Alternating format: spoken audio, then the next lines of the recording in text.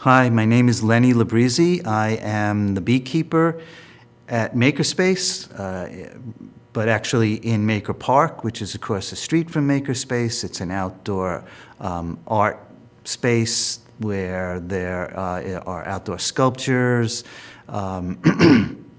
and murals that are painted on the sides of shipping containers. And on the roof of one of the shipping containers, we have the beehives.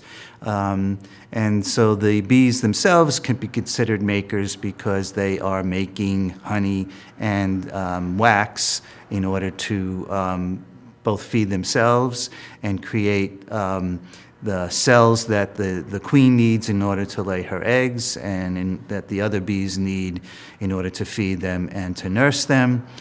So our purpose is to educate the public about honeybees, in particular the plight of honeybees.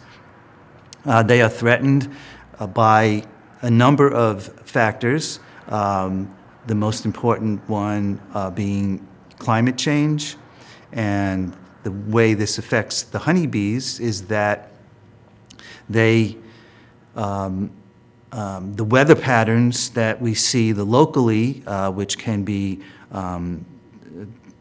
earlier frosts, hotter temperatures, higher winds, greater amounts of rainfall, more frequent storms.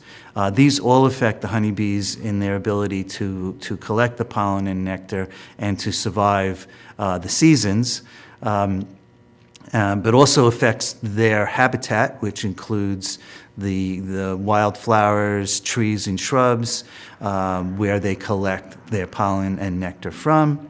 And speaking of habitat, that's the second thing that's affecting the bees and their survival, the loss of habitat. And that can come from developing areas that were formerly green space where trees and flowers and shrubs grew.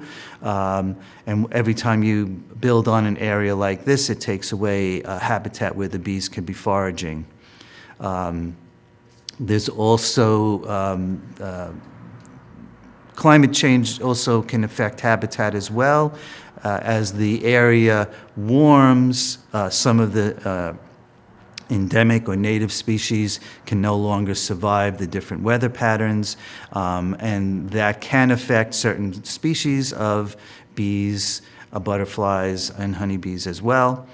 And the third major factor that is affecting the honeybees is pesticides, in particular the neonicotinoid pesticides, which are generally used to treat seeds, and then the pesticide becomes systemic throughout the plant. So the stems, the flowers, and the leaves all will have this pesticide in it.